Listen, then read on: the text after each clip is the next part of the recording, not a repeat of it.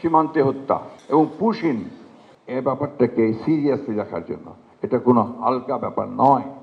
যুক্তরাষ্ট্র আমাদের উপরে আপনার 35% ট্যারিফ আরোপ করেছে আমাদের পণ্যের উপরে। আমাদের যে মূল যেটা আমরা রপ্তানি করি, এই রপ্তানি দ্রব্যটা হচ্ছে আরএমজি, পোশাক। এই পোশাক শিল্পের উপরে যদি 35% ট্যারিফ আসে, তাহলে এই পোশাক শিল্প মাটিতে শুয়ে পড়বে, উঠতে পারবে না।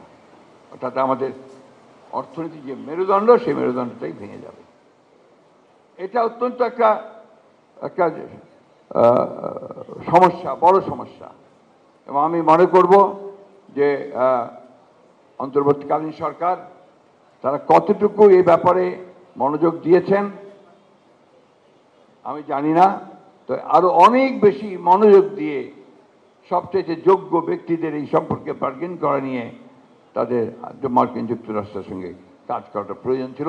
তো সময় বোধহয় এখনো চলে যায়নি, এখনো সময় আছে এই বিষয়গুলো আলোচনা করে আমাদের ইন্ডাস্ট্রিগুলো বেঁচে থাকে, আমাদের মেয়েদের কর্মসংস্থান যেন নষ্ট না হয়, আমাদের অর্থনীতি যেন ক্ষতিগ্রস্ত না হয়, সেই বিষয়টা তারা অবশ্যই দেখবেন।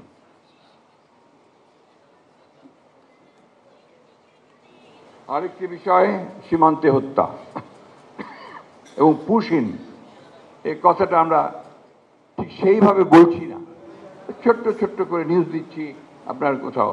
আমি সাংবাদিক ভাইদেরকে অনুরোধ করবো, সকল সংবাদকর্মী, সংবাদ মাধ্যম সবাইকে অনুরোধ করব এ ব্যাপারটাকে সিরিয়াসলি রাখার জন্য। এটা কোনো হালকা ব্যাপার নয়, প্রতিদিন ঘটছে এটা এবং সীমান্তের চারদিকে ঘটছে।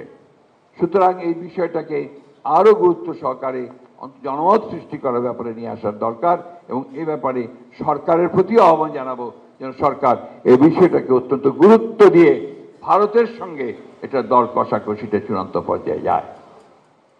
আরেকটা বিষয় আছে পানির হিস্সা। আবার ফেনীতে বন্যা শুরু হয়েছে, এখন বর্ষাকাল আরো শুরু হবে। এ ব্যাপারটাও আমি অনুরোধ করব যে তারা অত্যন্ত জোরালোভাবে এই পানির হিস্সার ব্যাপারগুলো, পানি বন্টনের বিষয়গুলোকে তারা নিশ্চিত করবেন।